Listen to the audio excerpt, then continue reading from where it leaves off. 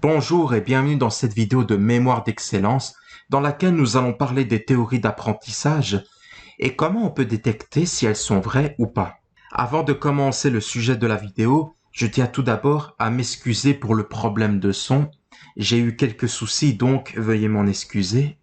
Pour en venir au sujet principal de cette vidéo, j'aimerais vous parler de ça parce qu'il y a quelque temps, j'avais lu un article qui remettait en question certaines des théories qu'on connaît actuellement et qui sont beaucoup utilisées spécifiquement dans le domaine de l'apprentissage. Et cet article disait que ces théories en question, elles n'étaient pas fondées scientifiquement et qu'elles étaient fausses en gros. J'ai trouvé cet article intéressant. Après, je me suis vraiment posé la question, mais est-ce qu'il faut vraiment remettre en cause ces théories, voire même, est-ce qu'il faut carrément les rejeter pour autant? C'est justement ce que nous allons voir dans la vidéo. Quand une théorie voit le jour, ce qu'on fait généralement, c'est qu'on la met en pratique et on la met en relation avec les vérités scientifiques actuelles et on voit si dans la réalité, elle est vraie ou pas. Normalement, c'est comme ça que cela doit fonctionner. Après, il y a quand même quelques nuances, parce qu'il se peut qu'il y ait des théories, certes, qui ne soient pas fondées scientifiquement, mais qui recèlent quand même des parts de vérité. Elles peuvent être fausses et vraies en même temps. Elles peuvent contenir les deux dans une certaine proportion. Et j'aimerais vous donner l'exemple de la PNL. La programmation neurolinguistique, c'est un outil qui est souvent remis en question parce que beaucoup disent principalement qu'elle n'est pas fondée scientifiquement. Après, personnellement, moi, je l'utilise et j'ai pu remarquer que certaines des choses que la PNL propose fonctionnaient et que d'autres ne fonctionnaient pas. Après, est-ce qu'il faut la rejeter à 100%? Non, parce qu'il y a quand même beaucoup de personnes qui utilisent ces outils et qui arrivent à avoir des résultats. On peut dire que ça dépend des personnes, après, ça dépend quel outil de la PNL on utilise.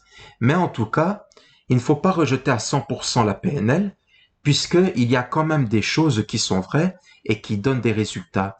Et pour le reste, celles qui ne fonctionnent pas, il suffit simplement de ne plus les mettre en pratique et de les mettre de côté tout simplement. Il faut toujours essayer de détecter le vrai du faux, bien que c'est plus facile à dire qu'à faire. La seule chose que je pourrais vous conseiller pour ça, c'est que 1.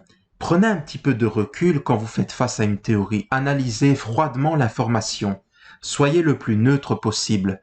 Parce qu'il se peut que dès qu'on lit quelque chose, qu'on trouve ça beau, et on a envie d'y croire à 100%. Mais ce n'est pas comme ça qu'il faut réagir. Soyez neutre. Ensuite, après, une fois que vous avez assimilé la théorie, mettez-la en pratique. Regardez si dans la réalité ça concorde avec les faits et ensuite après, regardez si elle concorde avec les faits scientifiques. La science, c'est un indicateur très fiable, même si elle évolue et même si les scientifiques remettent en question certaines des études qui sont faites, ben au moins, la science a le mérite de faire des recherches. Essayez de mettre en pratique ces 3 étapes à travers les différentes théories auxquelles vous faites face. Un dernier point sur lequel j'aimerais venir, ce sont sur 2 types de personnes qui, à mon sens, sont très dangereux en ce qui concerne les théories.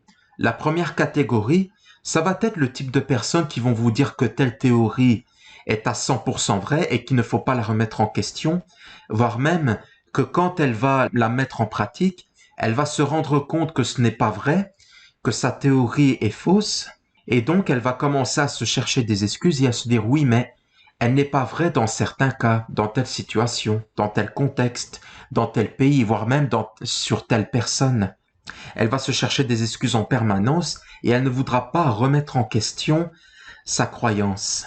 Et la deuxième catégorie de personnes qui est également très dangereuse, ce sont celles qui vont rejeter en bloc, soit parce que elles trouvent que ce n'est pas logique, parce qu'elle n'a jamais entendu parler de cette théorie, parce que pour elle c'est complètement pas très logique du tout, eh bien c'est du bullshit et il faut la mettre de côté, ou alors parce que ce n'est pas fondé scientifiquement et donc qu'il faut carrément la rejeter.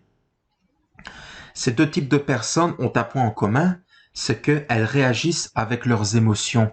Elles ne prennent pas assez de recul, elles n'analysent pas froidement leur théorie et elles ne vont pas remettre en question leurs propres croyances.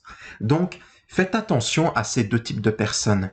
D'ailleurs, Il se peut qu'il y ait des gens que vous appréciez beaucoup et qui se trouvent dans ces catégories. Essayez d'analyser ce qu'elles disent de vrai ou pas parce que ces personnes-là, certes, même si vous les appréciez, essayez de ne pas les croire de manière aveugle. Votre attirance, votre respect pour cette personne ne doit pas vous enlever votre esprit critique. Donc, faites très attention à cela. Et pour finir, en revenant aux points principaux de cette vidéo, 1.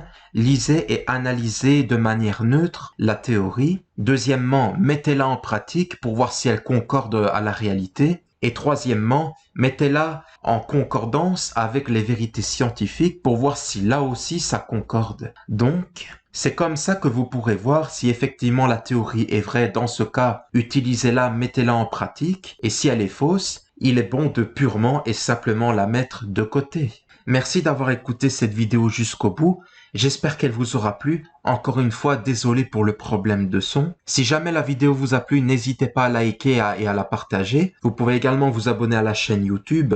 Vous pouvez recevoir en complément mon guide Booster votre mémoire, dans laquelle je vous donne des techniques de base pour mémoriser et apprendre plus vite les informations. En attendant, je vous dis à la prochaine. Ciao.